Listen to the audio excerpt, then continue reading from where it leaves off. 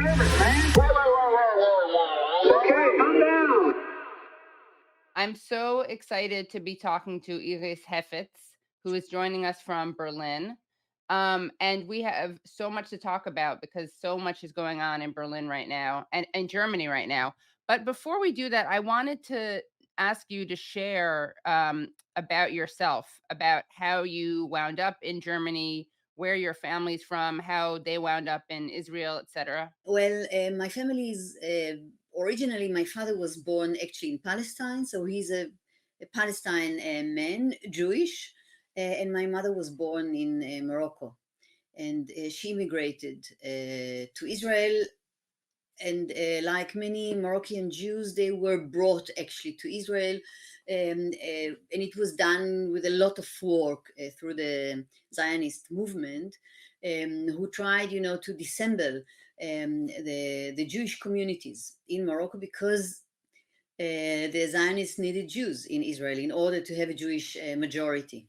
Right. So my mother, she was a child when she came with her family to Israel, and I was born there and I was raised there. The usual way. I was very Zionistic myself because that's how it is when you grow up in Israel as a Jew, in a very segregated place. So I hardly saw Palestinians, although it was in the south of Israel where I was born, and there were many Bedouins. So it was just part of the part of the place, of the view that one had. But it's not that we went together to school or to other places. It was really very segregated. And during the second Intifada, I decided I was really seeing what is happening in Israel, how the society is becoming very, unified in one story.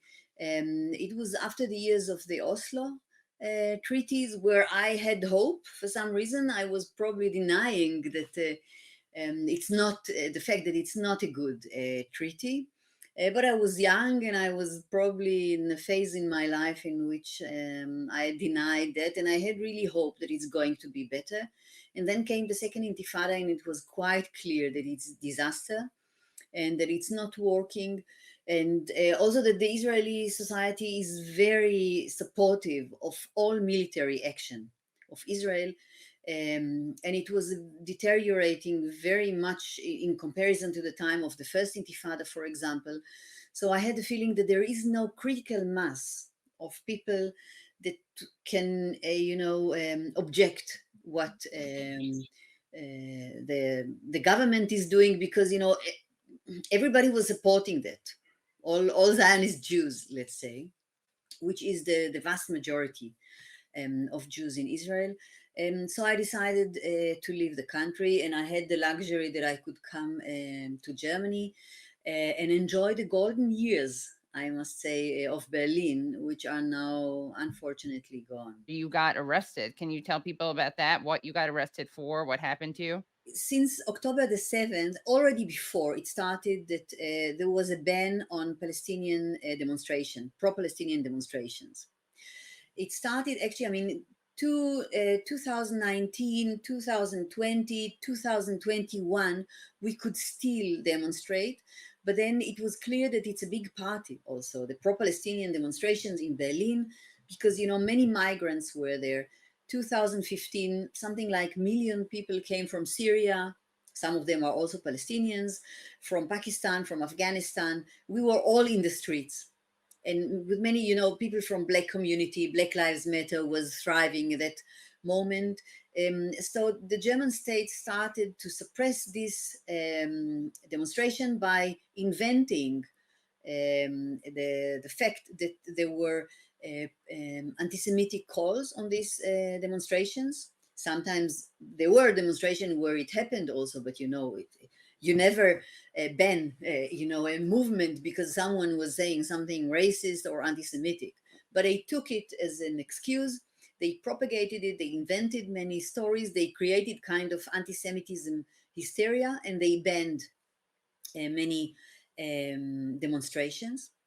And after the 7th of October, they banned it until the 26th of October. So no pro-Palestinian demonstration was allowed.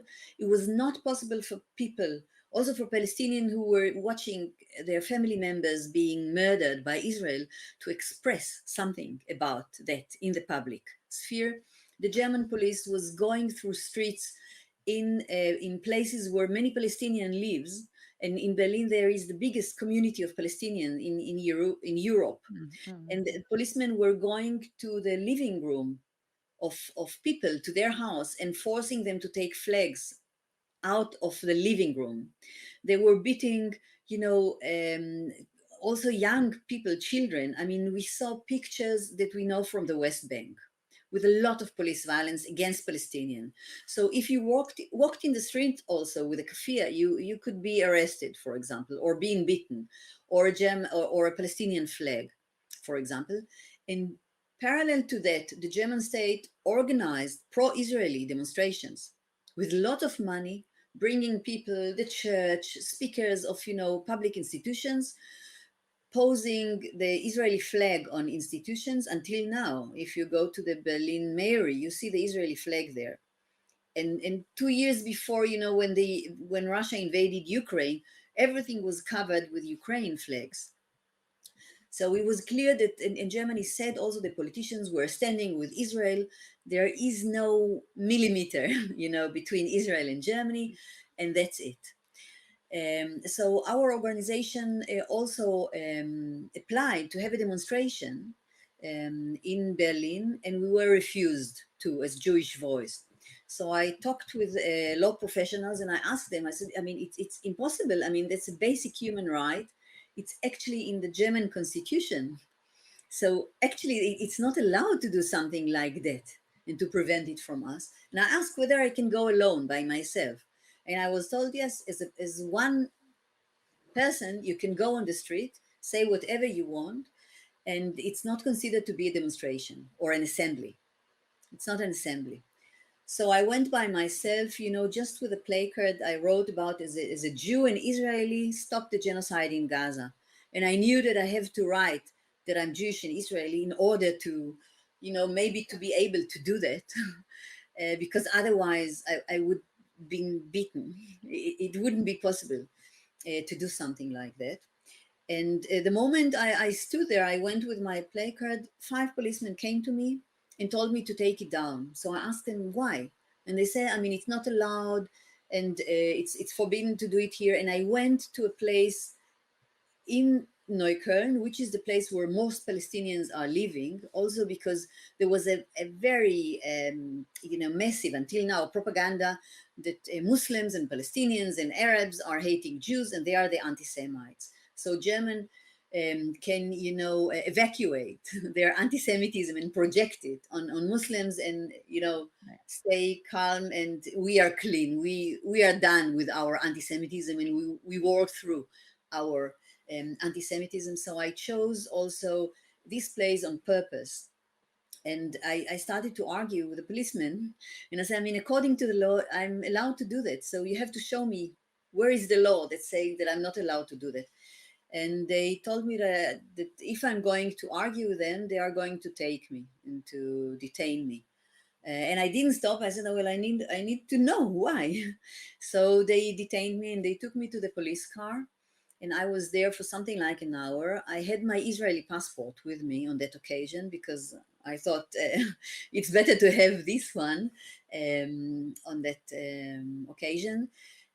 So when they saw it, they took my details, and when they saw that I'm Israeli, they started, to look at me in a different way. And they also saw, an old lady with white hair, so were a bit, cautious with me. And they told me that they are very sorry, but it's not possible to have pro-Palestinian demonstrations now. So I told them that it's a pro-Israeli demonstration. It's not a demonstration and it's not an assembly, but what I'm doing is actually pro-Israeli because my family lives there and it's the end of Israel now, what we're seeing. So, I mean, it's impossible to just, not to let us to express something about it and to try to stop it and to create awareness to the genocide that Israel is doing in Gaza. Um, so then they started to be more empathic to me, and there was an officer that tried, to clarify the issue and whatever. And then they came after an hour and told me that I'm right, and I'm allowed to do that. And they escorted me to the place again, and they, watched and took care of me that nothing will happen to me. And nothing happened to me. People were hugging me. People brought me coffee. People brought me muffins, whatever, and I got a lot of support from many people, white Germans that came to me, white German guy, and told me, thank you so much for doing that. I'm married to an Egyptian woman. She's not going out of home now because of all these, hate speech against Arabs, or people from Korea, Japan, Muslims, Christians, whatever. And 2 weeks after, I stood with the same placard in a demonstration that was organized by Jewish and Israeli artists called "We Still Need to Talk." And the what they said, ceasefire now. That was the title of this demonstration. And in the beginning, the police say to you in Germany what you're not able to say, what is forbidden to say, which signs are forbidden, whatever. And during the demonstration, they did it during the demonstration, while people were holding speeches. The police came and said that now you're not allowed to shout out, "Stop the genocide." So it was in the middle, arbitrary, in the middle of the demonstration. I was standing with the same sign. I was not shouting. I was just standing with it. All the time the police is filming us. You're really, that you are under surveillance all the time. There is a kind of big brother. And then at some point, some policemen came and took me again with the same sign. The 2 weeks ago was okay, and I was released with it and apologized and whatever.